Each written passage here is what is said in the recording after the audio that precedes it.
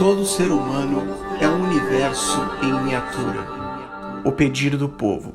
E tendo recebido a oportunidade de falar em Antioquia, Paulo, apóstolo dos gentios, fez uma comparação entre o pedido do povo por um rei que levou à eleição de Saul, contrapondo o estabelecimento da dinastia messiânica que foi por meio de Davi, uma eleição divina e distinta, pois que foi segundo o coração de Deus e não conforme o pensamento dos homens.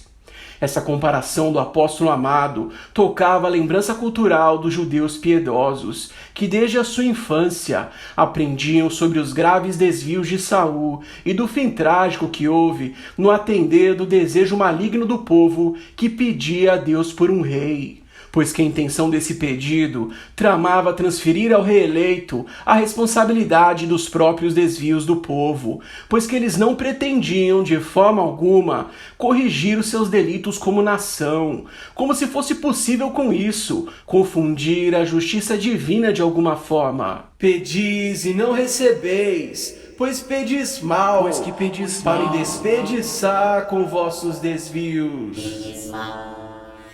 Apesar da lei de Moisés antecipar o pedido por um rei, à semelhança das nações, o modelo mosaico deveria funcionar por meio de 3 poderes: os sacerdotes, que eram responsáveis pelos ritos de adoração e expiação dos pecados; o sinédrio, que deveria fazer com que a lei fosse cumprida; e os profetas, que deveriam alertar o povo dos seus desvios e encorajar a obediência à vontade divina. E o cumprimento razoável desses 3 papéis deveria garantir a prosperidade e o bem-estar nacional, sob promessa divina. Porém, com a corrupção dos representantes oficiais, se completava o caos social, que refletia a indisposição do povo na face de Deus. E logo o poder moderador do ungido do Senhor deveria surgir do alto, e não das massas, para colocar as instituições oficiais em ordem. Por essa razão, a personalidade forte e a imagem pública que inspira a devoção religiosa, assim como a intervenção para o estabelecimento da ordem, devem ser as principais marcas daquele que incorpora o poder do Estado, para que o povo não permaneça entregue a si mesmo, se corrompendo pela vulgaridade e pelos vícios até que caia na miséria, assim como desejam os rivais da nação. Dessa forma, ainda nos nossos dias, a representação do poder executivo na nação pressupõe a necessidade de um libertador, e negar isso é se entregar à confusão e colaborar com a farsa daqueles que desejam comandar o país por detrás das cortinas e sem assumir as suas obrigações de forma declarada e diante do povo. Porém, o surgimento da casa de Saul foi insuficiente, no que o rei se revelou débil para atender o padrão da religião mosaica, que deveria nortear a estrutura política da nação. Ainda que no início da sua carreira, Saul tenha tido certo êxito, logo mesmo passou a refletir as fraquezas dos seus súditos, sendo que houveram 2 atos de Saul que foram decisivos para que Deus mesmo rejeitasse como rei. Pois que ele teve pena do seu rival, o rei Ameleque, cujos crimes demandavam a pena capital. Saul, porém, desobedeceu a Deus, poupando-lhe a vida, ao que tudo indica, porque cuidava ter benefícios em subjugar a sua casta. Além disso, ao experimentar o silêncio da divindade, Saul agravou seus delitos, consultando uma pitonisa, uma médium, que era possuída por um espírito de adivinhação e tinha pretensão de consultar os mortos, algo que é expressamente proibido e condenado pela Bíblia. Pedis e não recebeis, pois que pedis mal, para o desperdiçar com vossos desvios.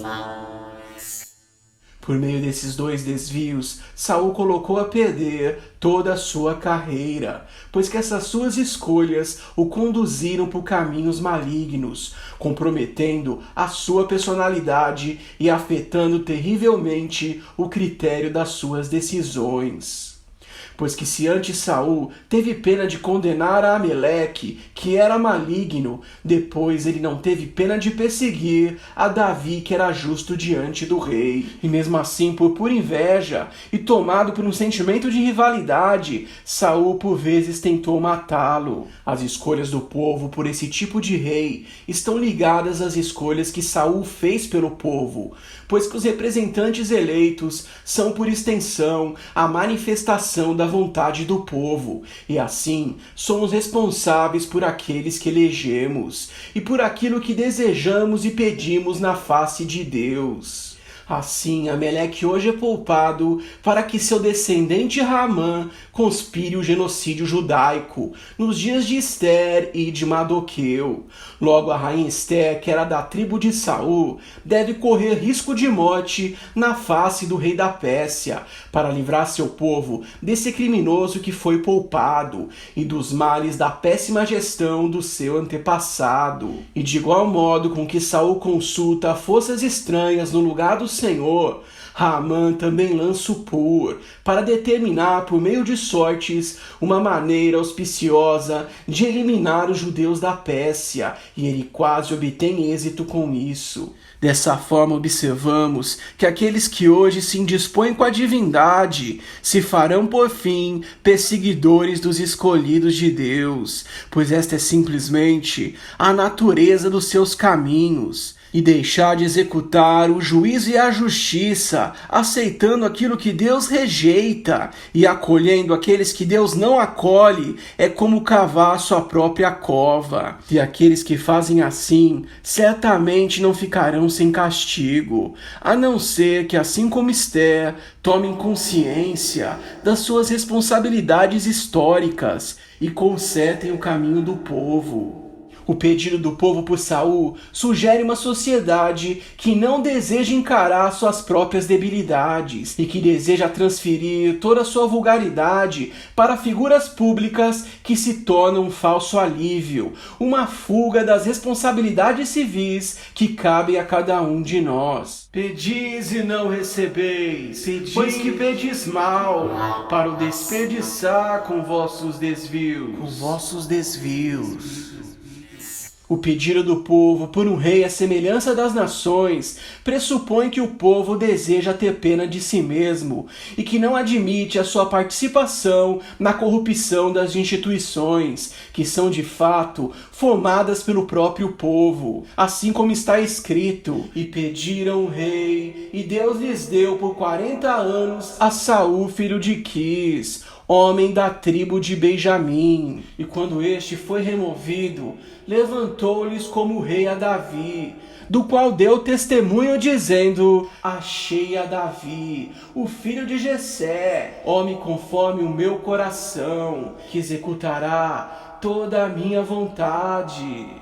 Conforme Atos capítulo 13, verso 22. Na doutrina de Paulo, nosso professor, não há separação exaustiva entre política e religião. Muito pelo contrário, ainda que se admita uma separação entre a função sacerdotal e o poder monárquico, todo líder de Estado é, acima de tudo, uma articulação do poder divino, sendo que esses líderes são chamados de potestades espirituais na Bíblia, pois quer se admita ou não, o mundo invisível age por meio deles a todo tempo, no que há um claro ponto de intersecção entre a religiosidade e a política, pois que um líder político colabora com a edificação da era messiânica, enquanto o outro é rival do Messias e de todos os seus colaboradores. Dessa forma, o líder que aprova o povo em suas vulgaridades é aquele que pertence a Belial, ao passo que o líder que conduz o povo a encarar suas debilidades na face de Deus,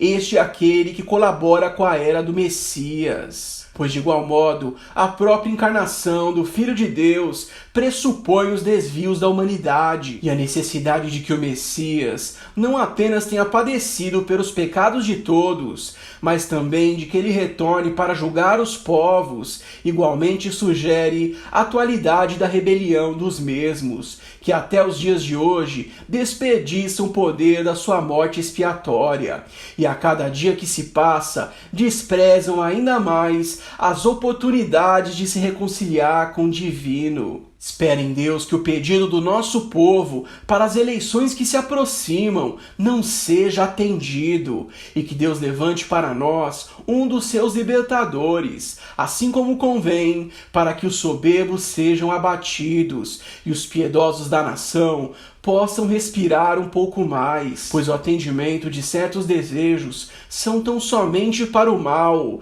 ao passo que enquanto Deus permanecer nos conferindo não, é sinal oportuno de que a divindade ainda tem tolerado os nossos pecados nacionais. O pedido do povo.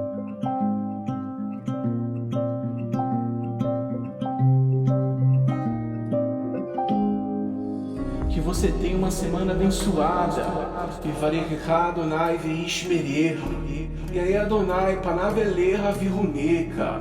Issa Adonai panavelecha veiasanecha shalom. Beshem Yeshua HaMashiach. Amém. Amém.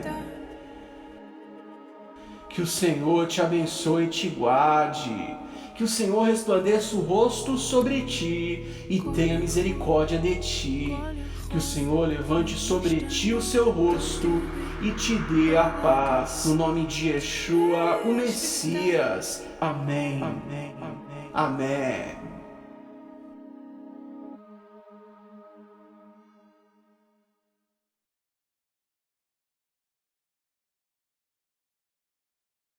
Pedis e não recebeis, pois que pedis mal, para o desperdiçar com vossos desvios.